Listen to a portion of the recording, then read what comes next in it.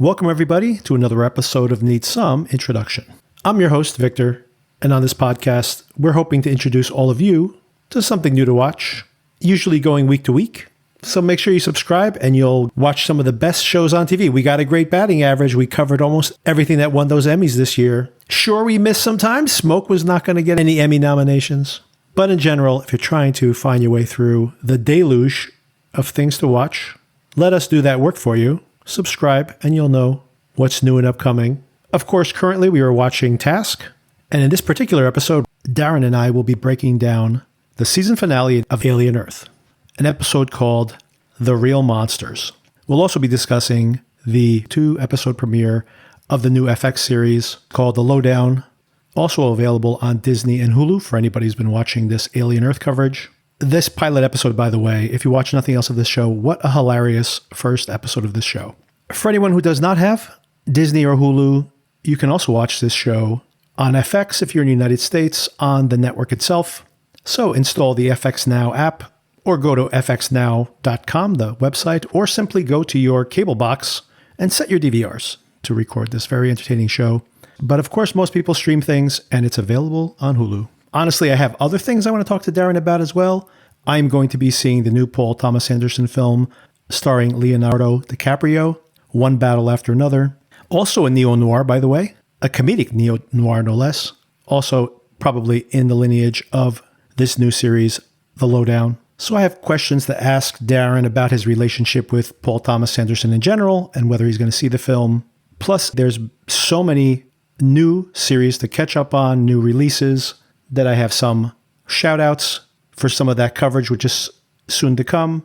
Just one that I'll introduce at this moment, because I know Darren doesn't watch this show, but Slow Horses is back. So anybody who watches Slow Horses, I know I've had multiple emails in the past asking, will we be covering Slow Horses? It is possible that with The Lowdown, which is pretty much a hang of a series, there may be room there for me to throw in Slow Horses as well. So let's see.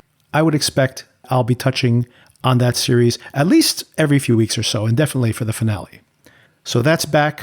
There's other series that I want to discuss with Darren and gauge his interest level. I'll save that for our conversation. And of course, news here on the podcast of what series we will be covering and not, because there's some news as to something we were planning to cover that's been pulled from the schedule. So given the fact that I have a bunch of things we want to discuss, including that new series, I'm going to maximize that conversation with Darren by doing the Alien Earth plot breakdown by myself. And then, of course, we will segue directly into my conversation with Darren and see how he landed with this finale of the season as well. This final episode of the season is called The Real Monsters and is directed by Dana Gonzalez, who's directed most of the recent, more action-heavy episodes of the series, and written, as I believe the entire series has been, by Noah Hawley himself. So as the episode kicks off, Arthur's corpse is on the beach, chilling. Seems like he's, just needs a margarita to make the scene complete, minus all the blood, of course, and the crabs. The adult xenomorph wanders over just to check in. Oh, this is a dead body. And who's this over here? A little crustacean bonding time. Are you my mommy? Then we see Sylvia. She has made her way to the grave sites of the children. Apparently, this is something she does regularly. We see those flowers being laid on the graves, completely unaware that her husband's corpse is not that far away. When the xenomorph shows up, and just as it's about to bite her face off, this security detail comes to her rescue I think they're using non-lethal rounds here because the alien just runs off. I don't see any kind of acid spray or anything. As a matter of fact, it probably would have killed Sylvia if that was the case. So I'm not sure if they should be using non-lethal rounds at this particular moment, but maybe they haven't been clued in that things are really going badly there at the facility. We find out that Weyland-Yutani has knocked out the communications on the entire island. Adam gives the full breakdown of what's going on. We don't have containment of the adult xenomorph. Our communication is mostly down. Things are looking really bad. And even though we currently have the hybrids, those cages probably aren't built to hold them. So you probably need to plan to get out of here. It's interesting at this moment that Cavalier, of course, has been always like this very youthful looking character. And I guess he's always looked this way, but I do feel like it's especially pronounced in this particular episode that he looks very haggard. So he no longer looks that young anymore. He looks like someone who's trying too hard to look young, which is probably more true to his psychology. And by the way, as absolutely repulsive a character, of course we love to hate, but honestly was hoping that even worse would happen to him in this particular episode. He, of course, does not want to hear that he should leave. He wants someone to fix these problems for him. And he is like a child, belligerently waiting for someone to fix everything. I guess there's some commentary yet again of this particular billionaire class, certain folks in this particular sphere that Noah Hawley is obviously critical of, who just assume that why isn't everything just to their expectations? Why can't they just think something in their head and it just doesn't happen in real life? And of course, that is the case here for Cavalier. And we find out that he is quite a genius, considering he was 6 years old when he built his first synthetic robot. So maybe he is frustrated with how slowly things progress for good reason. He's reminiscing on all his toys that are now broken. Yes, the hybrids, that didn't go so well. And all the different failed experiments. And they want to take back his toys. Wayland with Yutani want to take back his toys, and he doesn't want it. It's a very much of a little hissy fit he has here. But he and the island, oh, Eileen, if you could just talk to me, if I could just know it was in your mind. So this is the one toy that he still wants to play with. How dire do things have to get before reality sets in? The hybrids are in that cage. And even though they're all a little bit at odds with each other at first, Wendy is able to rally the troops. They need to work together. They're in that cell because they can't be kids anymore, but they won't allow them to be adults. She says they're ghosts. But what do ghosts do? Ghosts can haunt houses. And of course, we know that Marcy/Wendy can be a ghost in the machine. Why she has this power, we still don't understand. So ghosts can scare people. We've been afraid of them, but they should be afraid of us. Not only because she can scare them by manipulating the computers, but because she is chittering out sweet nothings to her pet xenomorph, who's back on the compound and is killing soldiers left and right. She is in all the computers. We see her face pop up on screens at multiple times. A little bit silly, to be honest. And she's listening in on all of these conversations, including one between Kirsch and Cavalier. Cavalier blames Kirsch for not being able to contain everything. Not that Cavalier's been trying to contain things at all. Kirsch starts reprimanding Cavalier, saying that your ADHD apparently is making your decision-making or affecting your decision-making, and you have a lack of impulse control.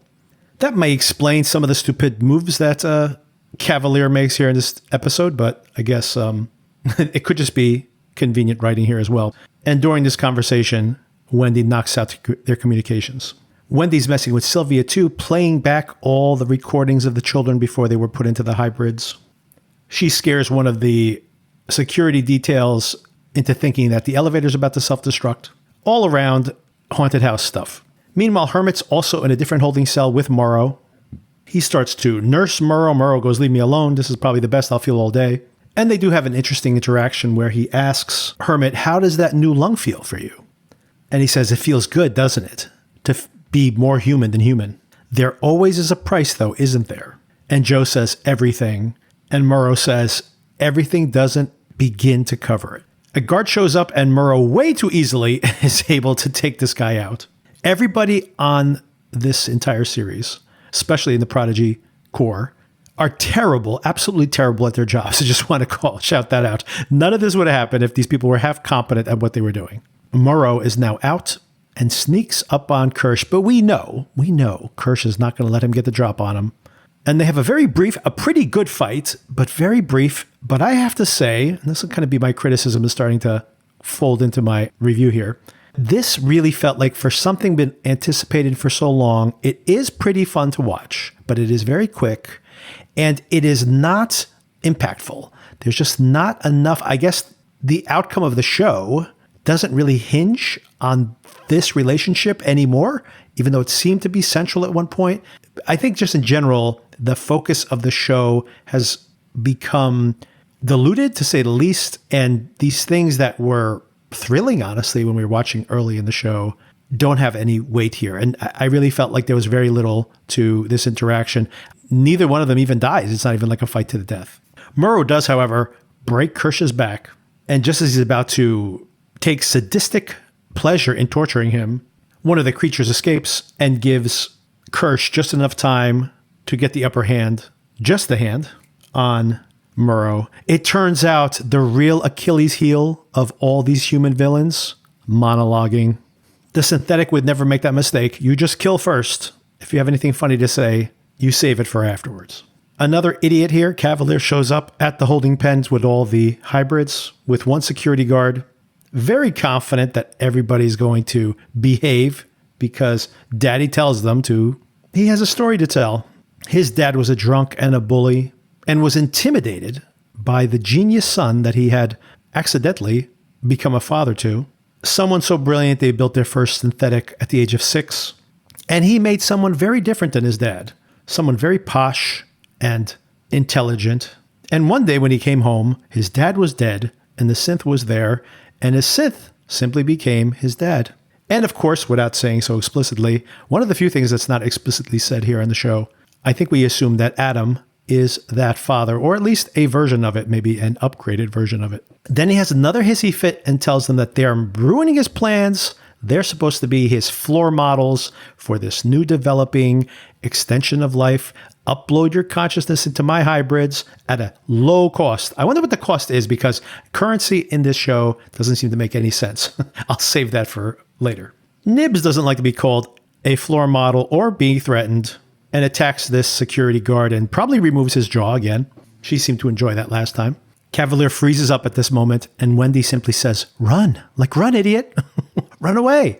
She tells the other hybrids that they are supposed to play hide and seek and tells them who they're supposed to be finding, but nobody touches her brother. So like I mentioned, this is so dumb. Your manipulation of these hybrids was working, right? Wendy was on your side, looked up to you. The other hybrids, or at least some of them, were competing for his affection.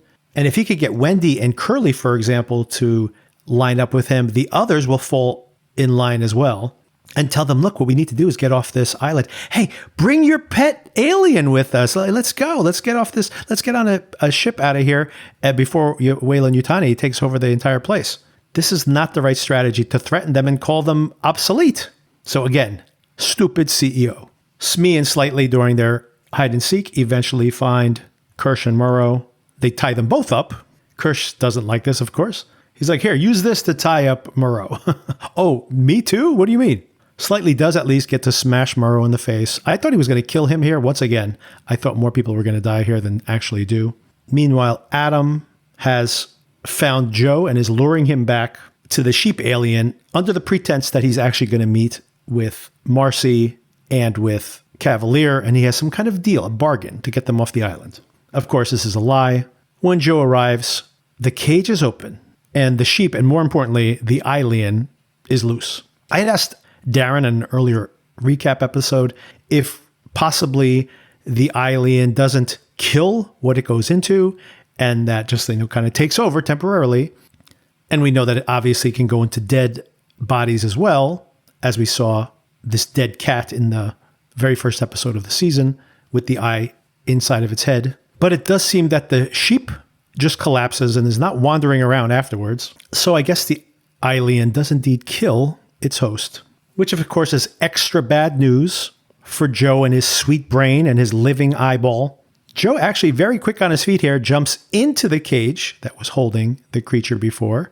Not so smart that when he jumps out, because the alien is very smart, goes into the feeder to get back in there, but presumably could not have escaped that way. So Joe just needed to hop out of there and slam it shut behind him. So smart for a minute and then dumb thereafter. The alien is also dumb in the fact that it could have locked the cage from the outside to trap Joe inside and then gotten into the feeder and ta-da. So neither Joe nor the eye are that smart. Wendy shows up just in time, and this is just the kind of silly plotting that drives me nuts. She grabs this eye thing and chucks it across the room, but doesn't squish it or contain it or crush it or throw it into the cage. Just throws it aside so that it can continue to run around the room. So many decisions in this episode. Here's the critique. It's coming. But so many decisions in this episode are just plot for plot's sake and don't actually make sense. Like, these are not things that people would do. They have to be a little more clever in making us believe these scenarios at all, not just that people are really dumb and they do really dumb things, and it just doesn't make any sense. And this is just another example of it. Adam shows up and throws her across the room. He's a robot. We already knew this. Come on, we already knew. He has a couple of funny zingers here where he goes, I told Boy Cavalier. I keep saying Kid Cavalier. I think I've said that multiple times. I keep thinking of Kid Cudi. I think that's what's stuck in my head. But Boy Cavalier, I told him that having kids that never grow up is a terrible idea. An eternity of Are We There Yet? Pretty funny, buddy. Pretty funny. But it turns out Wendy gets to make him stop because he's on the Wi-Fi with the rest of them. Man, if he was just in airplane mode, this wouldn't have happened. This is a pretty cool visual effect. I think it's a combination of CGI and the actor himself performing, but the way that he's completely frozen, except for his eyes moving in, back and forth, very entertaining, as silly as this plot point is. There's a pretty good conversation here between Joe and Wendy when he says, I'm sorry about what happened on the ship. I'm sorry I attacked Nibs. I was just trying to protect people. And she starts overreading this, going like, I'm not, she's not a person. Nibs not a person. She's a thing. Are you going to call me it? And he's like, that's not what I'm trying to say. It's just that I had to make a decision and the world is complicated. You don't know that yet, but the world is complicated. It's something we tell our kids all the time, right? And she says, don't tell me it's complicated. That's what powerless people say to make doing nothing okay. She also says that she likes the aliens because they're honest about their nature. And Joe says, they're predators. We're food to them. And she says, you're food to them. And then she stops herself because here we go. We get to the crux of this entire season of show and maybe this entire project in general. She says, I don't know what I am. So how can she evolve beyond these limitations of being a person, but not being a machine? And of course, all the battles between Murrow and Kirsch, for example, representing again the machine element, the human element. And then, of course, what Marcy/Wendy is trying to do is have some autonomy, have some control in her life, when in reality, everybody around her is morally compromised, is pressured into doing the wrong thing by blackmail, by an allegiance to a corporation, an allegiance to a company, a philosophy, all things that they can't control. And she simply wants to have some autonomy in her decision making, which of course we all do. And unfortunately, over time, growing up oftentimes is accepting how limited our choices really are. What choice is she going to make? Hang in there, guys. In 3 years, when the next season comes, we'll answer that question, possibly, or we'll have another cliffhanger for you. Practically the last surviving security members, of course, they're Joe's former team, have made it to the lab looking for Boy Cavalier for this rescue. And we finally find out what this plant thing is. It's basically a giant Venus flytrap and eats one of the security staff. Of course, it's the woman. And the rest are captured by Nibs. Cavalier almost gets eaten by an alien when Wendy and Joe show up and Wendy calls the alien away to go murder some other people. It's weird that she judged slightly earlier on, by the way, when she's talking to Smee, that slightly had murdered somebody, so he was different. And Smee goes like, no, he's still one of us. You have to remember that. They made us. He's not bad. They made us this way. But it's interesting that she has that judgmental moment because she's okay with having the alien go and kill. This started last week, by the way. It's not even in the moment. That alien has killed so many people, and most of them are just security guards doing their jobs. But when you are more closely complicit, I guess, the distance, whether you had a direct hand in the death, it makes you a worse person. I don't know if I buy any of that. And I'm not sure the show wants to deal with that. Meanwhile, we find out that the alien, made its escape, by the way. So multiple chances that Marcy/Wendy had to kill the alien and just kicked it a couple times like a hacky sack around the lab. It finally did escape and hoofed it all the way out to the beach, where it finds Arthur. I like the very quick and just like pop this eyeball out. Very skilled at this particular activity. I guess he's had to do it so many times. He or she, I should say. I don't want to misgender the eyeball. And I guess he goes, all right, not the ideal body. It's starting to decompose and may even have a couple of crabs crawling around inside of it. But I guess it'll do. I guess in this way we get to keep Arthur on the show, this actor. This poor actor, when the show comes back, is going to have to be in like severe decomposing makeup. And it's probably going to progress as this 8 or 9 month production schedule for this series continues. Will have to be slowly more and more decomposed. This poor guy. However, he's married to Zazie Beetz, so not such a poor guy after all. Good on him. And as we get to the end, the gang is all together, all the surviving humans. Sylvia has been brought there as well. They're all inside one of these cages. Everybody has survived. Crawling around on the outside of the cage, very Jurassic World-like, is the xenomorph with the cute little baby with it. Oh, such an adorable little alien. I like when Slightly shows up to fill in everybody on the details of how things are progressing. Plant Monster and the Eye Thing got away. That's right. We've been calling it Plant Monster and the Eye Thing. Everybody watching this show has got the same names for these creatures. And they ask, what do we do now? And Wendy says, now we rule. As the Weyland-Yutani forces storm the island, we see many airships coming in.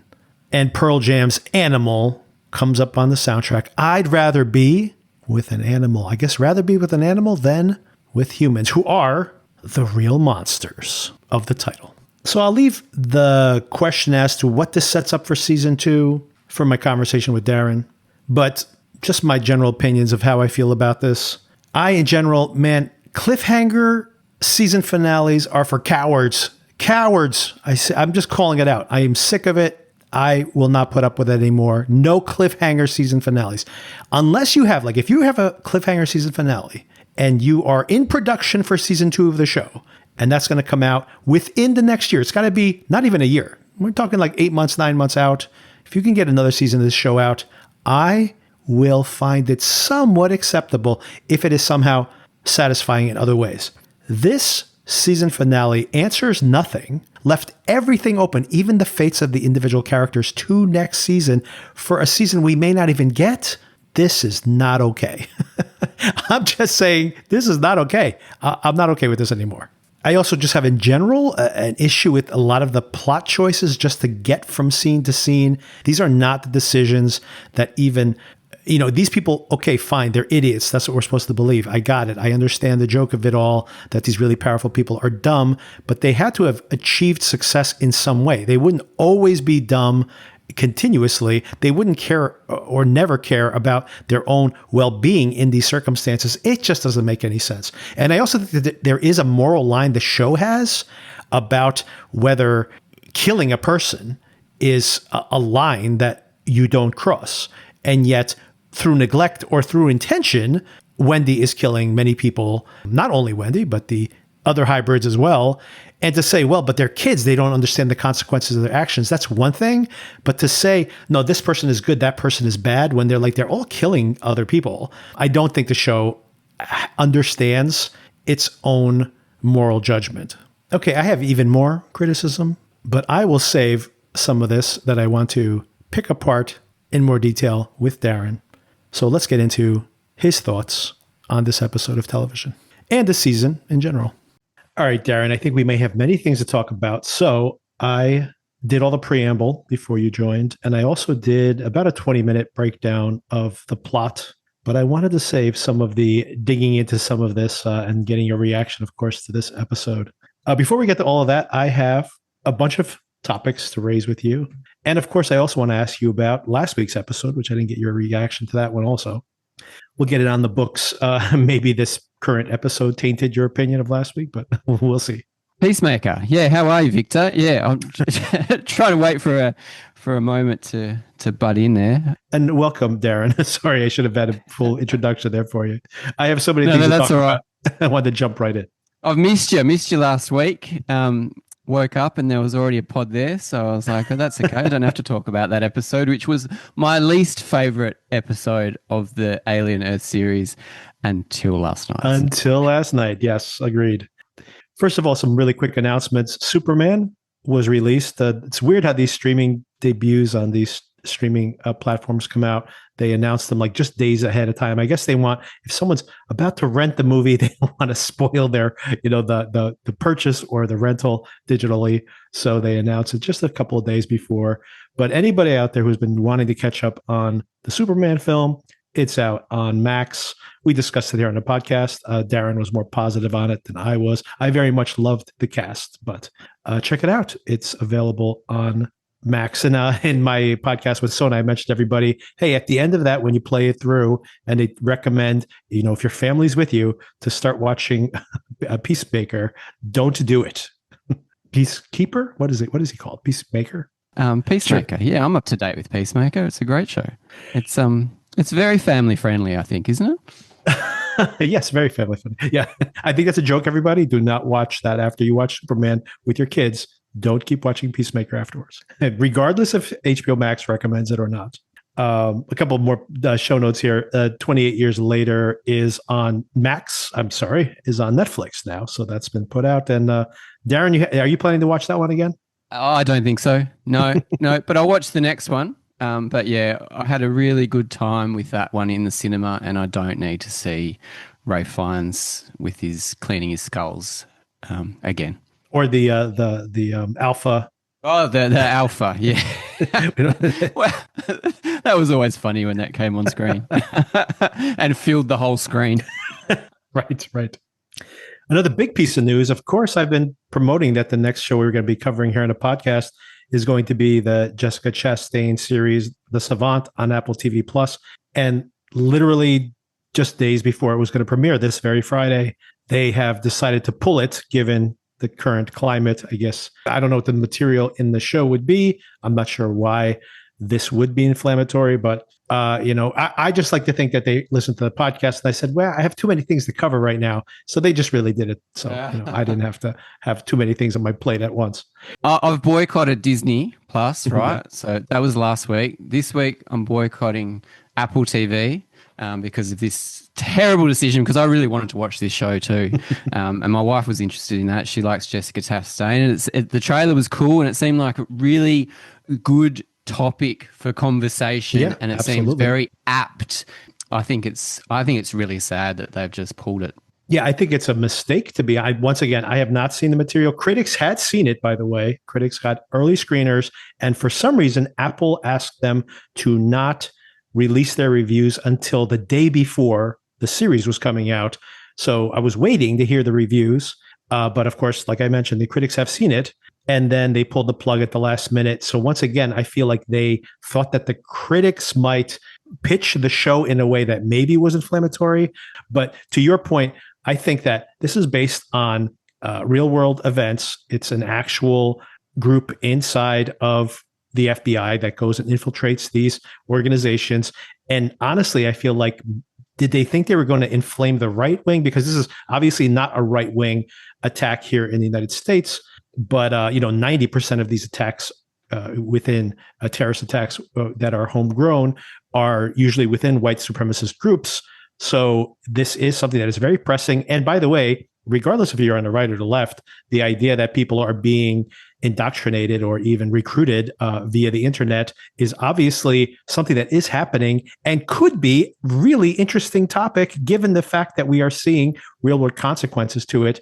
And yeah, I think it's a very cowardly thing to just pull it out. But maybe it's not like 2 years that they shelve this thing. They might just wait.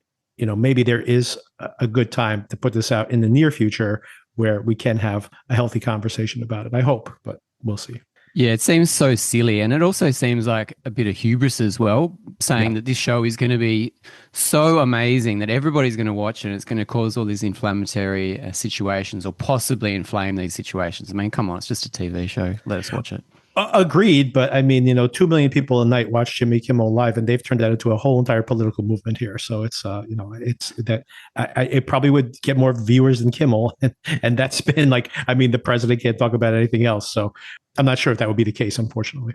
Yeah, and I was looking forward to South Park last week as well, and that was delayed as well, which I think is possibly connected to all these things. Oh, absolutely. Definitely connected to these things. One more thing I want to bring up is that I will be watching in IMAX, no less, tomorrow night. I've already bought my tickets, one battle after another. And I was curious when I had texted you earlier. I know your son's been wanting to see this movie, and I'm pretty sure, first of all, a question to you, if you plan to see it this weekend, if you're going to watch it with him, what are your viewing plans?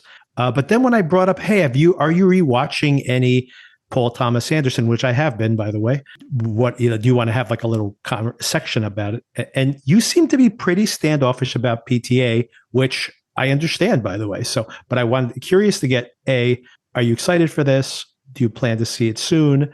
Is your son still excited to see it?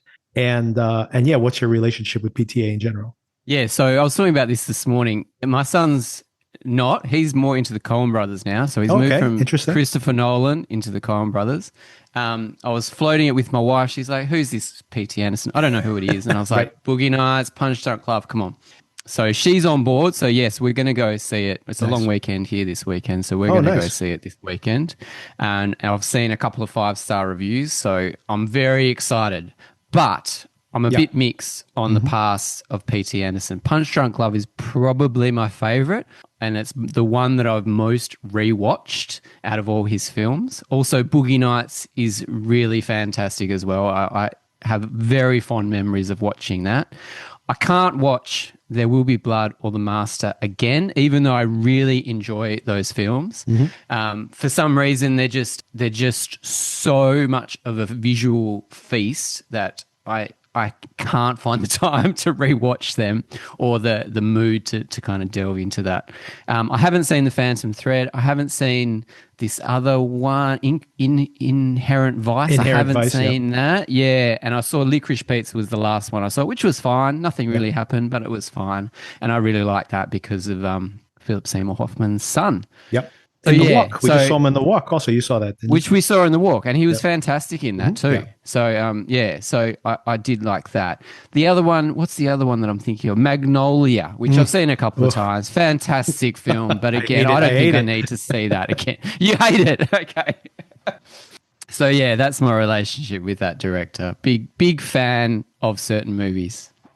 Yes, exactly. A couple of things that I find really interesting about him, by the way, is that there is such a cult around him. There are so many people that have him as their favorite filmmaker. And unlike the Coens, a huge fan of the Coens, by the way, I think what happened is that it's very interesting, by the way, to parallel them with the Coens. I grew up watching the Coen brothers films, like from the very first one. I saw Blood Simple when it was like on VHS, when I was like a teenager. So I saw them from like the very beginning. I saw their entire filmography. But at the same time, they did leave me a little cold. I was a little confused by their films as I was watching them. And then the really weird thing happened was that I saw, this is pretty late in their careers, one of their biggest successes, of course, financially as well, No Country for Old Men. And I watched No Country for Old Men, and all of a sudden it like unlocked all their films. I'm like, oh my God, there's like a devil in every one of their films. There's like some kind of religious, reference, some cross reference. It's either based on some biblical verse. And basically what it comes down to is that there is this real moral question that's being asked in all their films. Is there some grand design, or is it all arbitrary? And I was like, it unlocked all their filmography for me. And all of a sudden I was just like, oh my God, they're making the same movie over and over again in all these different genres. And the reason I bring that up is then PTA comes along much later on, obviously. And then I know people who have that relationship with PTA. And just like the Coen brothers, they watch the films and they're like, I really don't know what the movie's about, but man, it's so well made. They just like love how there's so much detail and there's so much precision in his filmmaking. But I'm like, yeah, but what is it about? Like, what is all this about? And his films, by the way, aren't the type of films that ask you to just watch them casually. Like, they ask you to engage with them. And I really felt like I was on the outside. And what I would say is, in the rewatch recently, that I have not unlocked. It's not like I watched a movie and all of a sudden everything got unlocked for me. It didn't happen. But what did happen is I did start to understand that he is making the same movie over and over again. And I started to understand what that film was. And maybe that will help you unlock some of these films for you that you don't like as much. And maybe this new one as well, which I haven't watched, so I can't say. But I think in general, it's about this, obviously found family, whether it's the porn shoot group of people who find each other, or whether it's the cult in The Master. But it's like people who are disenfranchised, have lost their way. They all have missing fathers or abusive fathers. They are all, kind of lost in America. And the American myth doesn't work for them. And they're looking for some alternate mythology. And then there's all the foibles of that. And The Master is probably the most important film in all of this. And maybe the most pertinent film, I think, in rewatching it in the current moment with all this populism around the world, where you see the Joaquin Phoenix character looking at this guy and laughing and being like, this guy's a con man, and yet wanting it to be true. And I think that says so much about the world we live in right now, that it's really, really powerful. So if you kind of like see all those films through that prism, I think it becomes like pretty clear what he's trying to say over and over again, until you get to Phantom Thread, which I know you haven't seen, and Licorice Pizza, which I was actually thinking about Licorice Pizza as I was watching The Lowdown, by the way, because it's just such a vibe movie. And it's a movie that I just really love because I just love the vibes of it. And it isn't as heavy as some of his other films have been. But The Phantom Thread is fantastic. By the way, my favorite of his films. You should definitely check it out. Definitely something to watch with your wife because it is like an investigation of what is a marriage. And it's really smart and funny and incredibly beautiful and really smart and a little disturbing. I got to tell you, by the time you kind of see where the film, it is like wildly romantic and a little disturbing where it all lands at the end. So I recommend you check that one out for sure. That's really interesting. Yeah, The Master is the one that's sitting there waiting for me to rewatch. I see it there on my computer every now and again, and I'm like, oh, I've got to see that one, got to see that one. But yeah, looking forward to The Phantom Thread after you bigged it up so much. And what do you think on HBO of Max right now? So okay, oh, I'll check it out. What do you think of Punch Drunk Love? Because I thought that was just so fascinating and so different of a movie. There's no movie like that, I think. Early on, I had a lot of problems with his films. I thought that Boogie Nights really incredibly well made, but too much of a pastiche. It's too much Altman. Obviously, big chunks of Scorsese in there, and Yes. yeah. So it was too much of him showing off. Like, hey, look, I saw all the movies of the '70s. I'm like, okay, I get it. So it was a little too much of that for me. I mean, maybe I was a little too old to you were younger than me, so you probably for me it was a little bit off-putting to try that hard. I hate Magnolias, which is just a remake of Shortcuts, another Altman movie, by the way. If people haven't seen Shortcuts, by the way, it's incredible. So check out Shortcuts.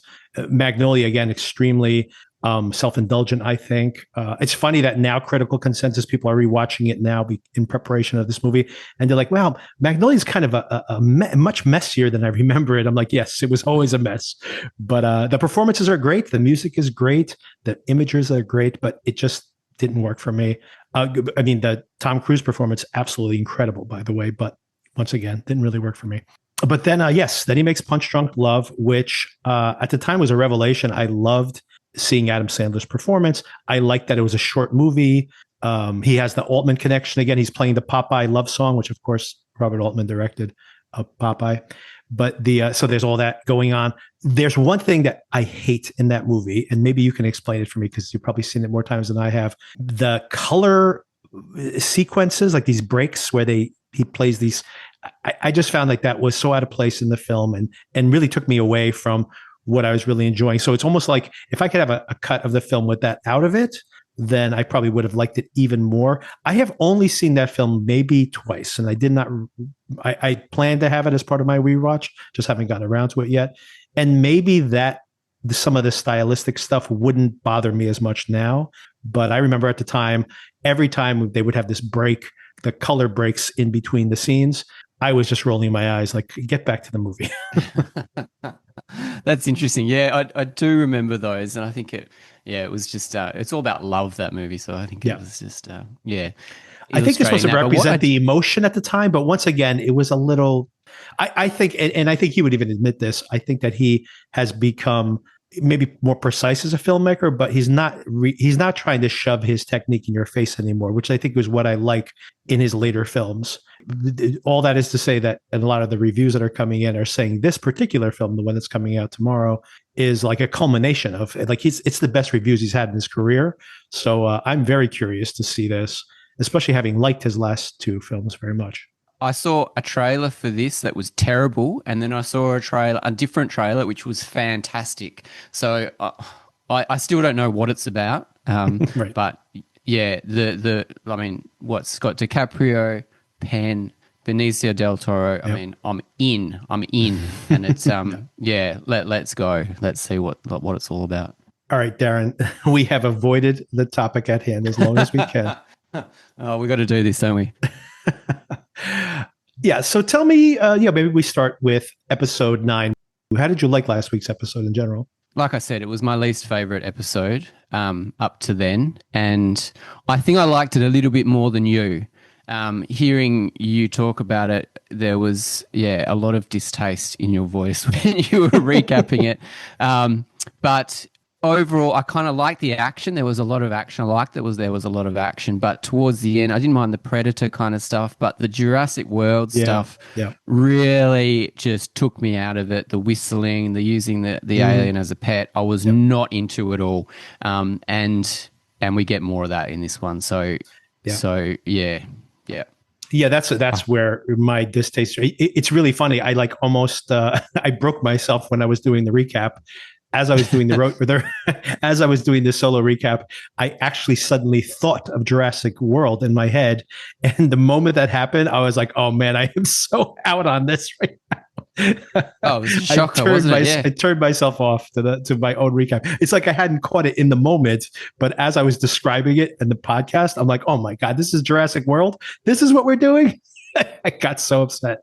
Unbelievable. And it's a theme that is going to go into this next episode. The Yes. alien, the xenomorph, should be the most frightening thing Yep. to everybody involved. Right. And it's just been completely sidelined. It's just I'm hanging around. Shocked at. Yep. Yeah. It's a huge misstep. I completely agree. All right, we're not. I already did the episode breakdown, which you can listen to at your leisure when I publish this episode. I started off agnostic intentionally, but some of the negativity crept in there. So I have a bunch of questions for you. The first one is just the opening scene. So I love the opening scene, though, the look of it. But what do you think of this alien and the crab talking to each other? What do they have to talk about? What does one crustacean say to another? Bizarre. Yeah, I did like the image. I mean, it was an awful image. Poor old Arthur. One thing that I did, it actually really hurt me to see Arthur treated the way he was last episode. Really. We finally get the chest bursting scene, or another one, or one in graphic detail, which I'm all for, even though it was interesting to not kind of see it and to kind of go around it at the start of the series. To actually finally see it was really quite devastating, because I actually cared for Arthur as a character and didn't actually realize it until the time. And he's the real father to those boys. And then to see the image of the crab on his body, it was quite horrible, to be honest. So yeah, didn't mind that. But then as soon as the alien started talking, no, not into it. By the way, I was setting you up for a joke there. What does one crustacean say to another? What? Stop being so shellfish. Incredible. Wow. Where is there to go after that? That might be the mic drop now. But another question I have for you is, so, maybe the next scene or soon thereafter, we see Sylvia going to lay the flowers at the gravesite like she normally does. And she's about to be attacked by the alien, same alien. The other one's still little baby alien. We see it at the very end hanging out with the other one. So cute. But I didn't like that either, by the way. But it looks like when they shoot at it, he gets hit in the head and then runs off. But these look like rubber bullets or something. Like, are they using? I mean, they need to be using heavy artillery against these things. Are these people morons? They are morons. I just kept thinking they were missing. I don't know. They actually did shoot it. So shouldn't we see acid spill? Yeah, I mean, like in Aliens, like these things are bleeding out ooze everywhere. Yeah, no, not into it. Just that whole set of, as they walk through the forest next to that kind of cliff line, there's the graves just sitting there. Yep. I mean, it just didn't sell it for me at all. I thought it was dumb in the last episode. I thought it was dumb in this episode as well. Poor old Sylvia. She doesn't get much to do. Just put a flower on. No, I wasn't into it. Yeah, I know. Poor Essie Davis. They used her very poorly towards the end of the series. They really did. All right, my next stop here in the plot line is when they decide to do the ghost thing and let's haunt this house. Of course, this is something that has happened in other alien films too, the whole idea of this ship being a haunted house. But we actually see Wendy popping up on the computer screens, listening in on conversations, which I think is a little corny. Like, why would, if you had this ability, why would your face pop up on the screen? I mean, I know they're letting us know that she's listening in, but there's just subtler ways to do this. This is my pet peeve there. But in general, what do you think of how they explored this idea that she can interface with this technology? She has a superpower, basically. No one knew she was going to have this. She's the only one that has it. Like, the others haven't been able to figure this out. And somehow I guess it's associated with her ability to communicate with the aliens too. Like, is this something that, I mean, for me, they needed to, like, let's say that they wanted to say that this is what we were hoping for. We knew that some people, and this was just kind of a trial balloon, we knew some people would have this ability to transcend what, humanity even is, or something like that. And that this is what they were looking. They seem caught off guard by this, and they haven't explained it in any way. And once again, me being negative about the episode and maybe the season in general, it feels like it's just a plot contrivance so that we can do, like, so she can have magic powers, basically. Completely agree. Cavalier mentioned it way back, that it was interesting that she could flick through. Oh, she can do that now. She can flick through the video screens, but then it was completely dropped, and I don't understand why. Also, just seeing them in the big set, they must love this jail cell set, because they used it quite often in this episode. The last I remember, they were on a boat and there was a big standoff, and there was an alien kind of flicking through in the outer. All of a sudden they're in jail. They're being captured. I mean, I couldn't make the jump from last episode to this episode. It just seemed very convenient because they wanted them to act like these ghosts in the system. Yeah, I mean, you make a good point. I didn't even think about that. But when they caught them at the boat and they have to, like, march them back through the woods, these, like, we've seen them jump and, like, scale mountains or drop off of mountains. They could have just, like, even if they had guns to the back of their heads, they couldn't just make a break for it, like superhuman speed.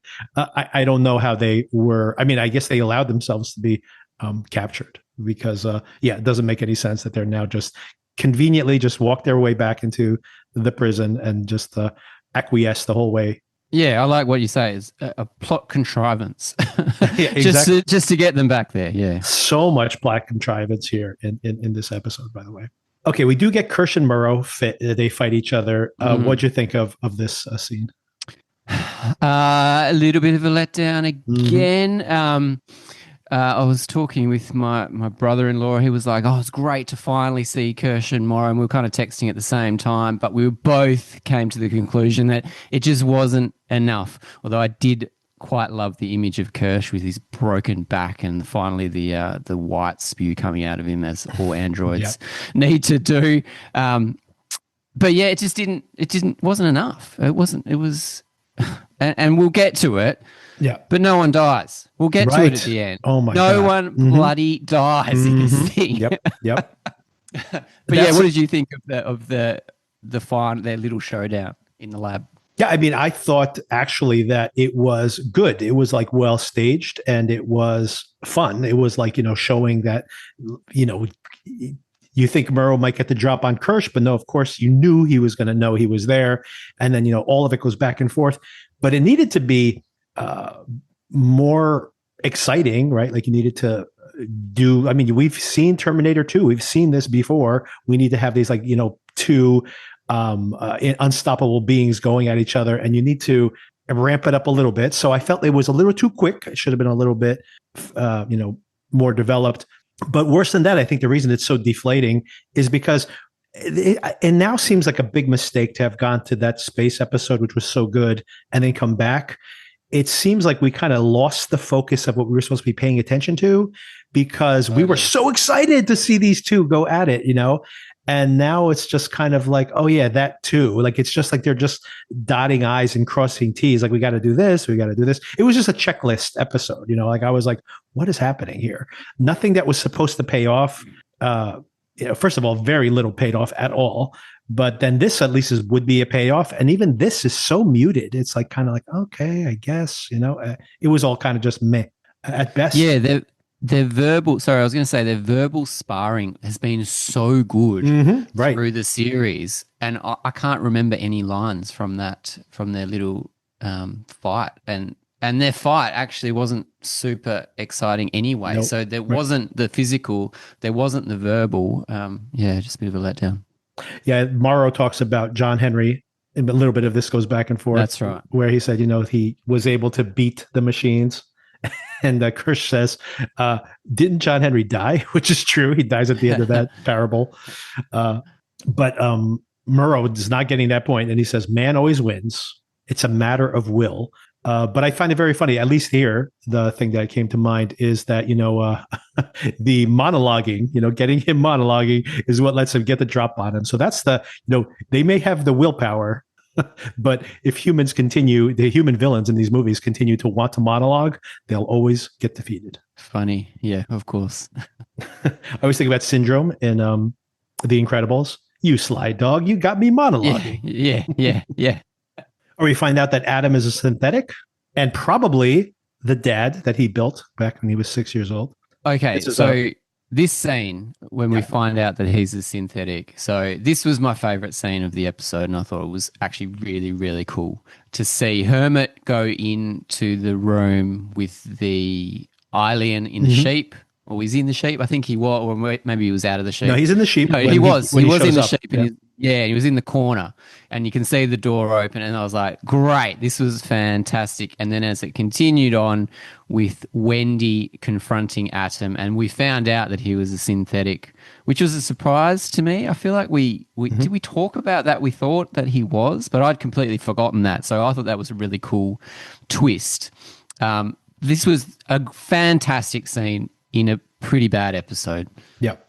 I agree. This is the best scene in the episode. I like the effect just of this actor with just his eyes moving. That definitely was a combination of CGI to make him look that still, just his eyes move. So it's a combination of performance and CGI, but looks really good. I agree. I don't know if we ever speculate on the fact that Adam was and we maybe in passing we said maybe he's a robot. I mean, but I honestly did think he was probably a person, which is a clever thing in the show that of course he designed this guy to be like, yeah, he was just my dad. And now we just thought like he's some guy who's been with him from a long time working with him. And, he's like hiding in plain sight in a way. Right. So it worked exactly accordingly. So that was clever. But even that, just finding that out so late in the game, I don't know what it adds to anything.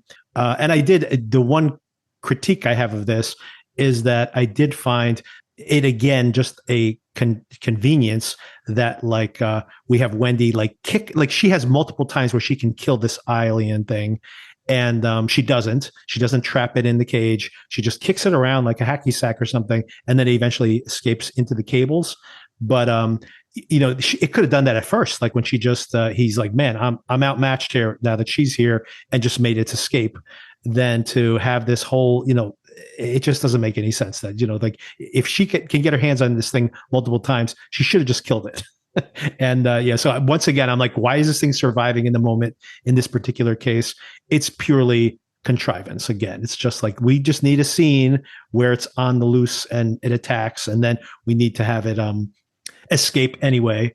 But except for the silliness of some of the decisions there, I did think it was really clever. I also like the fact that Hermit thinks really fast, right? He jumps into the cage, which is smart, right? It'll keep it out. That's where it was actually contained. And then of course it's smart going like, well, I know how to get in there. That they feed me through this chute back here. So the one mistake Hermit makes though is when he gets in there, you slam the thing shut on him, and there you go, you caught it again. So yeah. I really like him, and I think he's done a really good job throughout the series. There's just not enough of him. Maybe because he's the only real likable human that I feel like I want to see more of him rather than these hybrid children robot things. And we also found out that once the eye leaves the body, leaves the sheep, the sheep falls over dead. Yeah, exactly. So yeah, we were hoping it was some kind of gentler version of that, but no. The sheep is there. Yeah, I was wondering. He's like, the sheep just going to wander around afterwards, being like, hey, what happened to my eye? But nope, he's dead. Something popped up in my feed. So Halloween costumes are popping up in my feed. And there was a guy dressed in like a sheep's costume with the eye in his eye. I thought it was fantastic. Just looked like a very cheap kind of furry sheepskin costume. But this eye was fantastic detail popping out of his head. I was like, yeah, he wins. Oh, and we find out a little bit more about the creatures here. We know what the plant thing is now. It's like some kind of giant Venus flytrap, I guess. Another disappointment. Yep. For me, I actually was interested. Okay, so it's an animal. Remember we were wondering whether it was flora or fauna. Well, it's kind of both, but it's an animal, but it didn't really do much. I mean, it just swallowed that girl, kinda. I expected more of that, of the whole build up of that thing. I wanted to see it do something even more terrible than what it did. Yeah.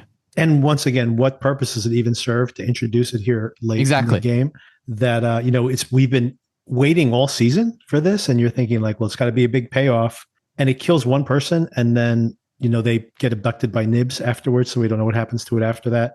As a matter of fact, Slightly said that he specifically says the eye thing is missing and the plant thing is missing, and I'm like, yeah, that's what everybody on Earth is calling it, the plant thing and the eye thing.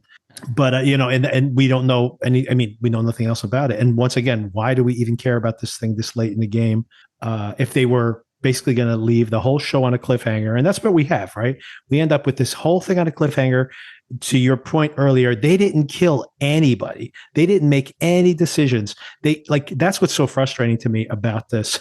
In my solo recap, I said, I'm sick of this cliffhanger. Ending your season on a cliffhanger is for cowards. Completely agree. One of my pet hates Hate it. is especially a first season. Maybe if you've 2 or 3 seasons, maybe do it. Sure, like Succession was really good in kind of making something right at the end, but it wasn't necessarily a cliffhanger. It was like just something to turn the whole tables to get you to think about things differently.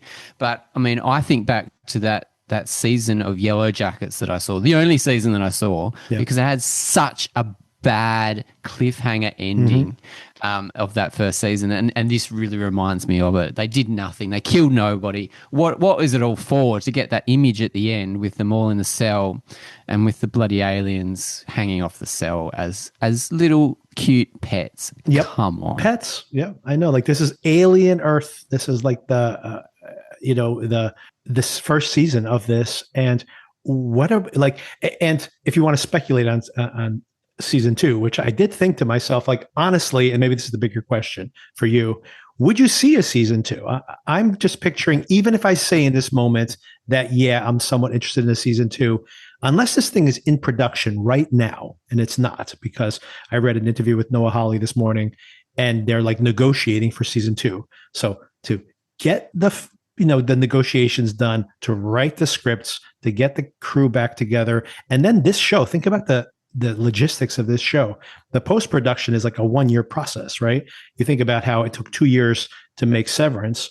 This is going to take more than 2 years from beginning to end to make this show. So if they start in the next 3 or 4 months, which I doubt they will, we're looking at 2.5 years, maybe 3 years from now. In 3 years, will I care at all or even remember this show? I don't know. This is a big mistake. And they spent a fortune on this. And I can't imagine me watching another season of this. Well, look, of course I'll watch it because it's Alien. If I've still got Disney Plus at that stage.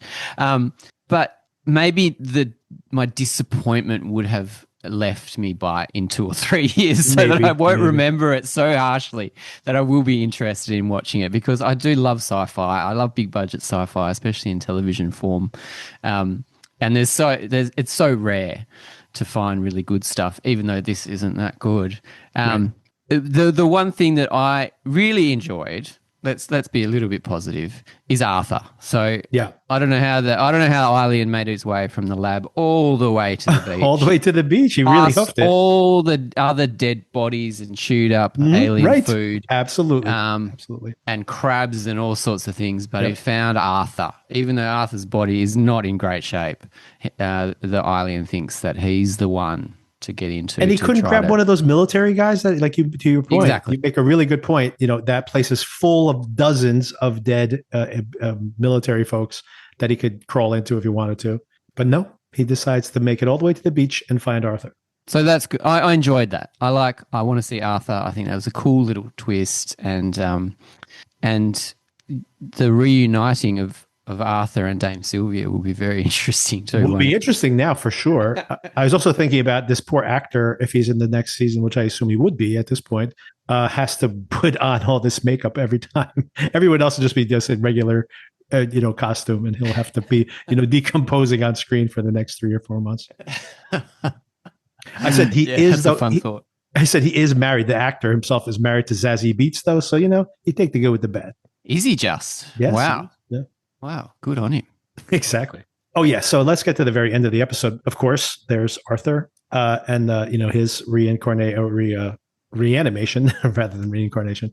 And but more importantly is, of course, we have Wendy at the end, and all the other hybrids around her are saying, "What do we do now that we've caught everybody?" And she says, "Now we rule." And I actually think that the song they should have ended on was not "Animal" by Pearl Jam. They should have ended on "School's Out Forever." Would have been more apropos, I think. Yeah, the whole song at the end got a bit meh as well by the end of these episodes, right? We thought that they were really relating to themes, and we're all, from a particular genre, but they kind of splayed out here and there, and they didn't really do much for me by the end. Not that I'm not a Pearl Jam fan, but it's just like, okay. All right. I'm not a huge fan of that song, but I do like a lot of Pearl Jam songs. Yeah, so this episode was called, was it We Are the Real Monsters, or Who The Are Real Monsters? Yeah. So the hybrids, the real monsters, is that right? I think people are the real monsters. Aren't the humans the real monsters? That's what I was assuming, that people were going to be the real monsters. So now the hybrids are the ones, and they think that they can take over the island, which is being invaded by Yutani forces, which is kind of cool. That is kind of cool, but that's the other thing I was wondering for myself, like what happens in season 2? Like, what's the pitch? I assume they pitched this. I mean, you end the season on a cliffhanger. I'm sure they're asking, well, what's season 2? So what's the pitch? That it's going to just take place on the island and Weyland Yutani is invading? And does it end like with Ex Machina where, Wendy decides to walk off into the sunset, into the world, and what does she like? Throw a stick at the alien, go like, "You stay here, get away, go away." I've had enough of the island. Surely you can't just be set on the island again. But I mean, what I don't know what maybe they'll leave relatively quickly, but it seems like that is the immediate next course of action, and they can't just jump a year ahead or something. I assume. Maybe I'm wrong about that. Maybe that's exactly what they'll do. They'll just jump years ahead and say, now Wendy and Kirsch has been repaired and is now working in Weyland Yutani. But I mean, I can't imagine that. I assume we're going to see the immediately aftermath of this. And if that's going to drag on for a season, that's something I'm not interested in seeing. And we assumed Boy Cavalier was going to die or get alien or something, and nothing. But surely his company is. I mean, his company wasn't all on the island, so his company's not decimated, even though the heads aren't decimated either. Just a few army grunts are gone. So I guess Prodigy can still be around as a company. I bet he can call his forces to battle the Utah, but there's no interest in that. I mean, I don't get it. Okay, one more thing. I just remembered that made me irrationally furious when I was watching the show. It made me so angry because all the way they use different monetary scales here on the show drove me nuts. But if that has bothered me, and I've brought it up here on the podcast before, nothing bothered me more than when he's prancing around going like, "Hey, whoever can get me out of here, I'll give you $1 million. $1 million. In this world, if you are on this island and you are a trillionaire, like, what is $1 million? Is that like what's that that's what the cost of a car in this universe, I would presume. I knew that would annoy you. As soon as he said that, I knew it. $1 billion. Okay. $1 billion. Sure. You're a trillionaire. You'll give away 1/1000th of your wealth to have someone save you from a life and death situation. $1 million. What is that? You make that in 15 minutes. I was getting excited though when he's all by himself and there's a bit of dripping going around. I didn't see any chains, but I was feeling like there was something following him, and there was, but nothing tore him to shreds, which I was really hoping for. Okay, so here is despite the fact that I did not like this episode and I do not think the season worked, I do have a little bit of a deeper read here that I think that Noah Hawley's trying to get to. And actually, believe it or not, I think thematically he's trying to say the same thing that Andor said, believe it or not. Although Andor did it much better, and Andor obviously did it on a much bigger canvas. But I think what he's basically trying to say is that, like, in the moment, Hermit trying to be performatively, like, care about everybody who's around him. He's worried about. He asks Murrow, "Are you okay?" He worries, and then when Murrow, hits the guy in the head, very easily, by the way, very easily escapes from that prison cell. But when he, says, "Don't kill him," so it's like in the moment, he's being compassionate. But what Wendy tells him eventually is that you have to like take a stand. We have to fight back. That if we are always just going with the flow and saying it's complicated and it's it's difficult and you don't understand, you're just a kid. And that is how these giant corporations have taken control. And while everybody argues about, oh, this is complicated, it's too complicated to come up with a plan, too complicated to fight back, that they have literally, in the context of this world, have taken over, replaced democracy basically with these giant corporations. And I think he's trying to say that that is actually the world we live in now, and that's the direction we're going into, and that Hermit's philosophy doesn't work in this world. And then Wendy is telling him, don't tell me it's complicated. That is what's her quote is literally says that that's what people say, powerless people say, so that they can do nothing and say that that's okay. So yeah, great line. Yeah, it is a great line. And I think that is basically the theme of this episode and maybe of the entire season and the kind of the point of it all. Although, like I said, I don't think it's that successful, but I do think that's what he's striving for. And, maybe there's some complexity here. I think the simple answer that, hey, you just have to protest and you get what you want is also simplified. So I think maybe the setup here thematically is that now at the end, now she gets to rule.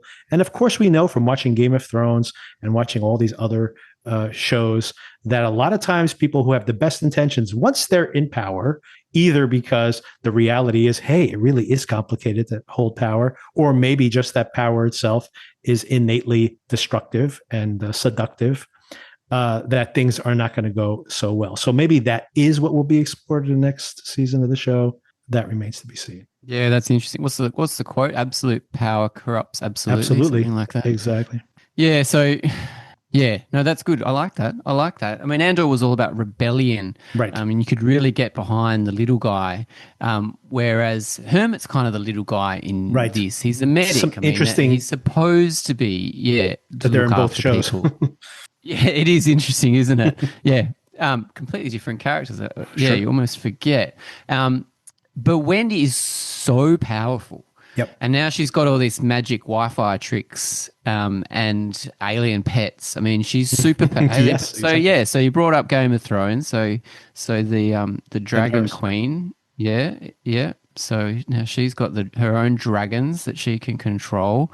The fact that she has control of the alien not tearing Hermit to bits frustrates me as well. I mean, he should be absolutely terrified when this thing is around. Like Cavalier says, what does he say? I think I pissed my pants. I mean, everybody should be doing that when this alien is in the room. So yeah, okay. I'm just trying to follow your thought. And Wendy is going to be this thing. Is she still going by the name Wendy? The other girl, she's going by Marcy, I think. Name. Yeah. Most of them have now started to go by their original names. So I don't know if she's going by, I don't know if anybody addressed her as Marcy or Wendy in this episode. That's a good question, though. And did the whole Peter Pan thing pay off? She mentioned it in the final scene. She says that you say you're Peter Pan, but you're not. You're actually, I was like waiting for her to make some other kind of literary metaphor, but instead she says, you're a mean man and you always have been, a mean old man and you've always have been. And he really takes this badly, by the way, because of course he does not want to be old. I do want to shout out that I think they did, maybe he's always looked this way and I just haven't looked that closely, but I think there was something that was done in the way they photographed him here that he looked really haggard and he started just looking like a guy who's probably like 40 who's trying to pass himself off as a 20-year-old. He started looking a little creepy in that way. Yeah, like that tech guy that exists that tries to make himself look younger, but he actually looks even more fake and weird. Just looks strange. Yeah. Poor old Dame Sylvia. What has she done to be locked up in a cage with these people? I mean, come on. I mean, yeah, she wasn't perfect, but I mean, she did have good intentions. And, but once again, I think that is part of the critique that's being made of rebellion. And you make an interesting point that I wasn't complete in what I was saying as well, in the fact that this may go beyond the simplified, not the simplified perspective, but the main focus of Andor, where it is like, resisting is important, and even tiny little rebellions and little constantly, it does chip away at this power structure. So there's more about the value of rebellion. And I think that here we are like seeing like Wendy is basically standing up and saying we need to rebel. But I think, like you said, she now is incredibly powerful. So I think it's going to, if they continue this story, I think it's going to be more of something like Game of Thrones, where you see how eventually, once you take that power, it inevitably corrupts who you are. And I think that remains to be seen if that's the direction they go in. But I think that is probably what will be explored beyond this point. Yeah, I agree with you. I agree with you too. But I mean, anyone who has seen this series and has a responsibility to greenlight a season 2 is going to say, "Hey Noah, that episode 6, that one, do more of that. More of that." And that's what we want to see, right? But I don't know how they're going to shoehorn something like that into this, because that was so awesome and such a highlight. Well, the other part of that too is you have to remember that in the universe of Alien, they're like 2 years before the Nostromo launches in the first Alien movie, and theoretically, I guess they want aliens because they don't have them, so they need to go get more of those eggs. So I assume Waitani, whatever happens on this island, maybe the aliens don't survive, and then, or maybe they can't reproduce because they're drones. They need a queen or eggs, one or the other, to be able to reproduce. So maybe that's why they sent them back out there. So if you logic it out, maybe the next season would get us to the launch of that ship. Maybe. I don't know. And that's something to be interested in, to kind of connect it to the greater lore. I'm not sure if they're trying to do that, but yeah, I'm kind of into that. I think that's fun to put the puzzle pieces together, even though I'm not always interested in prequels, but this is kind of like a sidequel. Right. Yeah, I don't know. Yeah, I'm not really that interested, honestly, in seeing it all come together. I'm just trying to think like, they're setting this thing not like 20 years before the Alien movie. They're setting it 2 years before the Alien movie. It seems like they have some kind of point where it would intersect with the events of that series, or at least there's a time box as to where these events would make sense in that world, right? Yeah, totally. So if you wanted to connect it, you could, because you've thought about it. Yeah.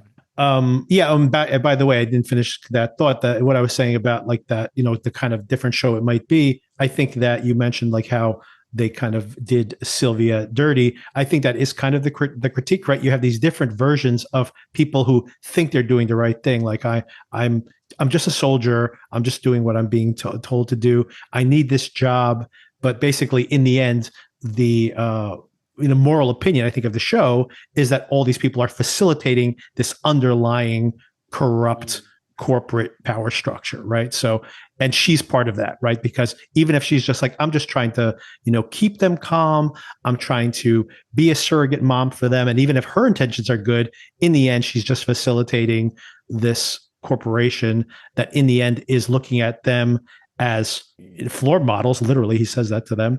And not only that, but just experiments like these aliens. They're no different than these creatures that they've captured. They have to, spend more time, massaging their egos and keeping them calm because of their underlying humanity. But that's just an irritation as far as, Boy Cavalier is concerned. That's a really good point. I mean, she's part of the machine, isn't she? And exactly. She knows who she's working for. She knows Boy Cavalier is an absolute, and she probably feels a bit conflicted as well, because her husband or lover, Arthur, kind of almost stood by his beliefs. Yep. And even though he got fired, he didn't really want to get fired, but he wouldn't do, I forget what he had to do, but he wouldn't do what Boy Cavalier wanted, whereas Sylvia would do it and said she could do it. So, yeah, you're right. She is part of it. Yeah, and I think that's the criticism that's being made there to these characters. But yeah, I mean, I'm sounding more positive on it thematically than I really am. The reality is, from a point of view of just being a show, where were the stakes? Where was the arc here?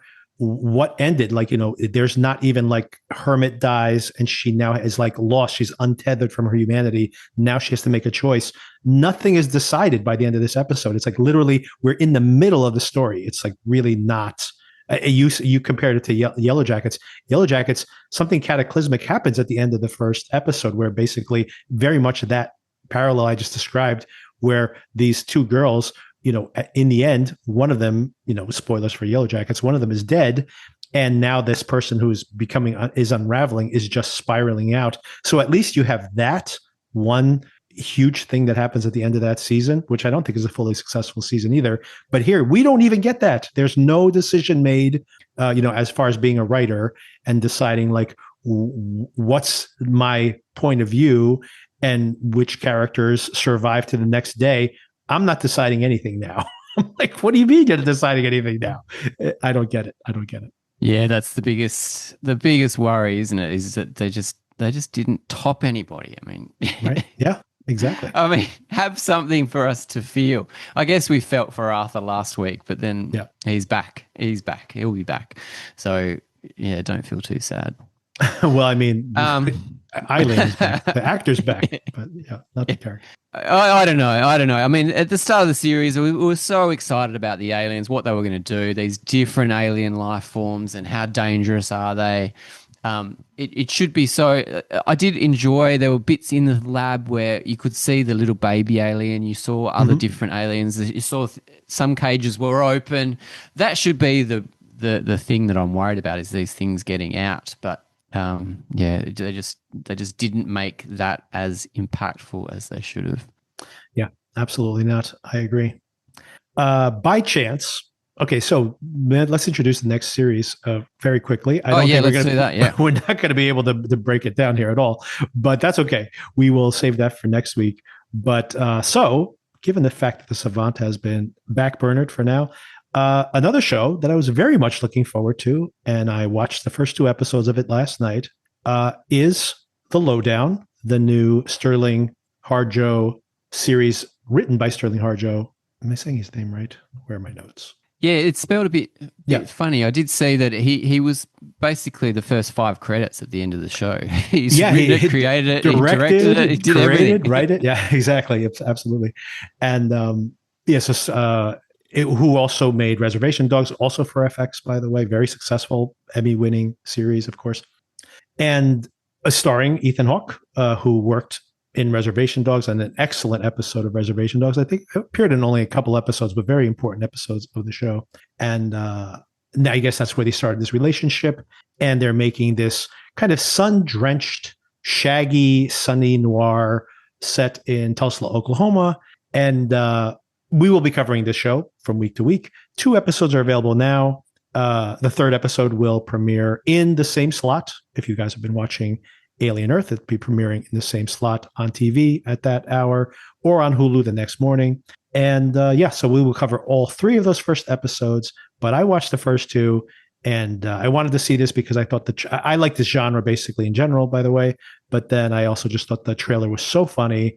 And I got to tell you, Darren, I saw both of these episodes. I don't know if you got to see both of them, but especially episode 1, absolutely hysterically funny.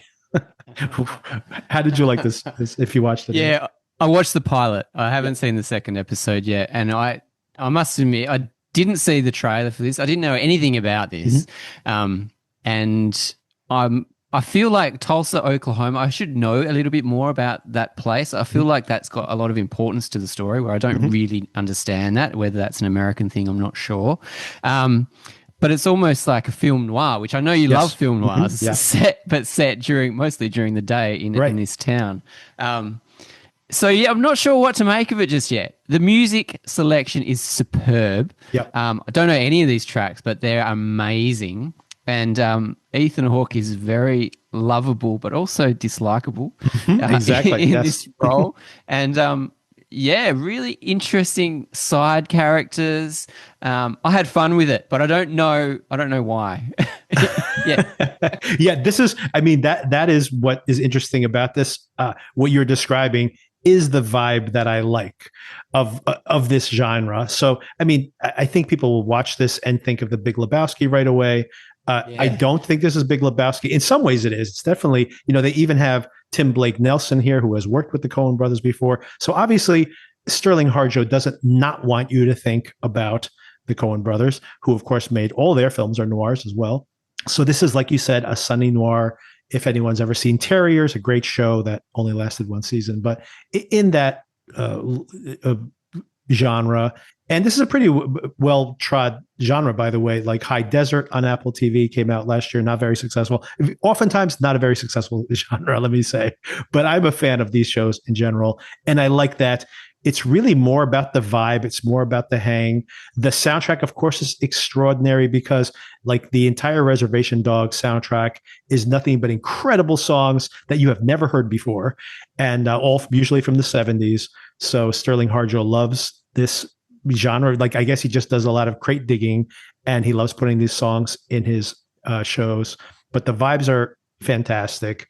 But man, I just think about like the opening scene where you meet Ethan Hawke, and exactly what you described. That's my relationship with Ethan Hawke. I think they are using his persona so well because he is this guy who is like this very self-aware and like kind of very aware of his own persona, but still very overly earnest.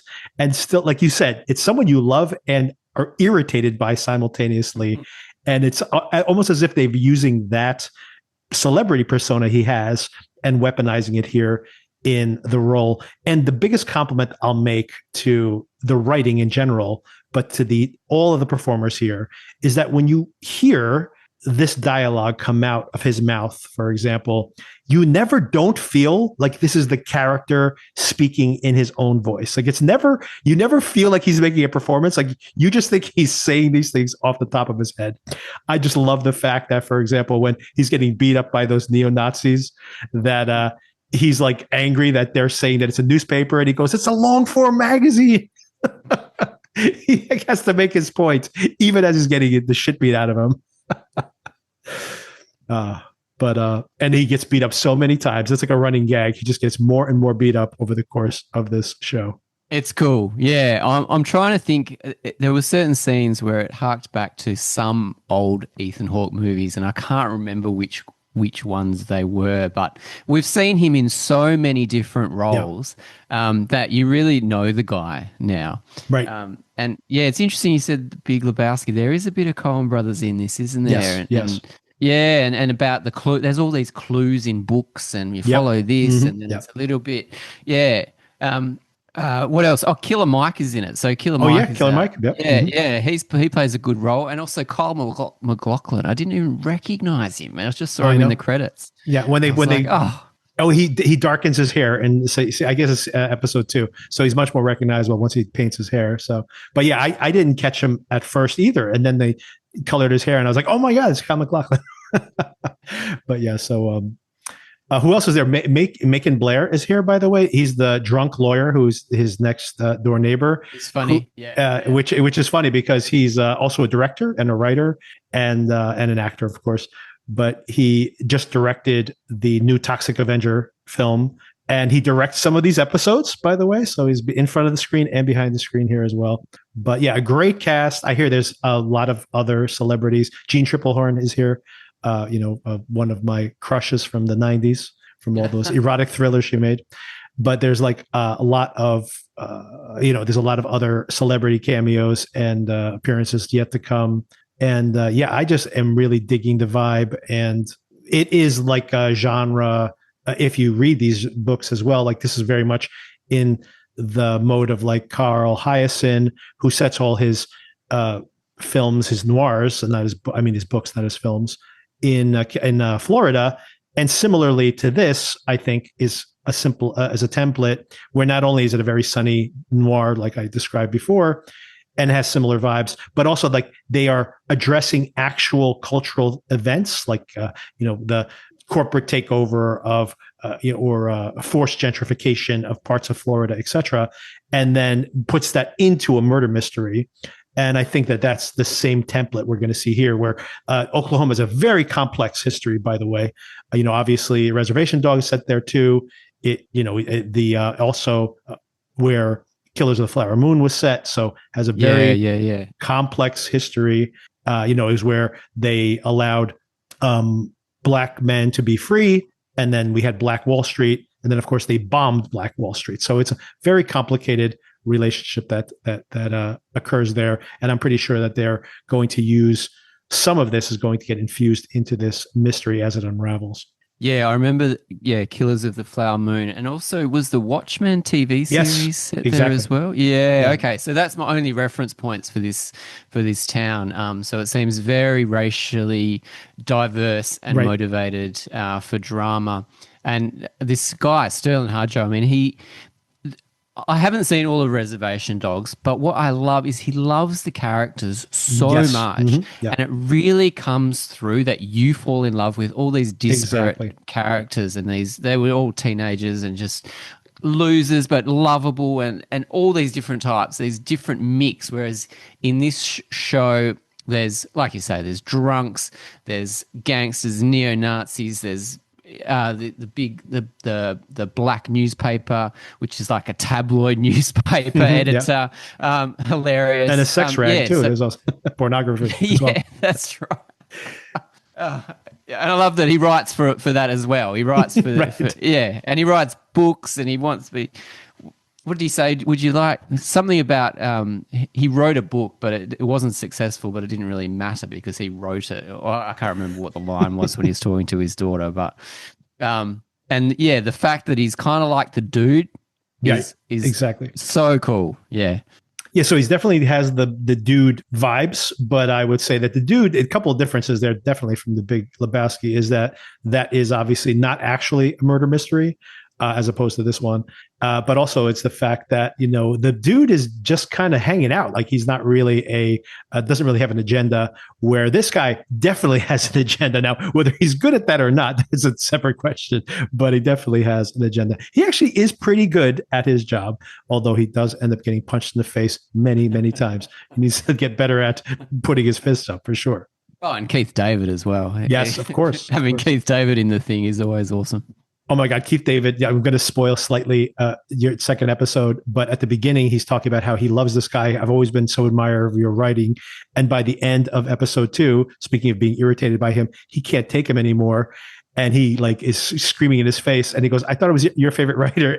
And Keith David says, never meet your heroes.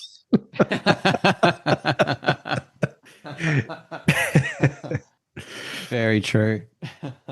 So, you got another episode to watch, and you'll enjoy it. I do think episode 1 is just packed with all these character introductions. So smart, so fast, and is the better of the 2 episodes. But it's still just the vibes are immaculate, as they say, and it's great fun. So we'll do a much deeper dive into that in the first 3 episodes of that next week, and I'll probably have a review of One Battle After Another on Friday. Cool. Yeah, looking forward to it. Well, that's good. I thought we'd have a lot to talk about this episode, and at least we had some positive things to talk about rather than all negative things. I mean, there's some positive things in Alien too. I just don't think that I just don't think there's definitely positives in the production, obviously, and in some of the ideas there. But, as a season finale, I mean, I'm not even kidding about this, Darren. I'm the one who's been pitching on the show over and over again. This is the season finale. I literally got to the end of the episode. I'm like, I guess I was wrong. That wasn't the season finale. Yeah. Well, I was having a very mixed day yesterday, and then I got a text from you saying WTF, and I was like, oh, okay. Is that a good text or a bad text? Whatever it is, this episode is going to be interesting. Yeah. Unfortunately, interesting in a negative way, mostly, I think.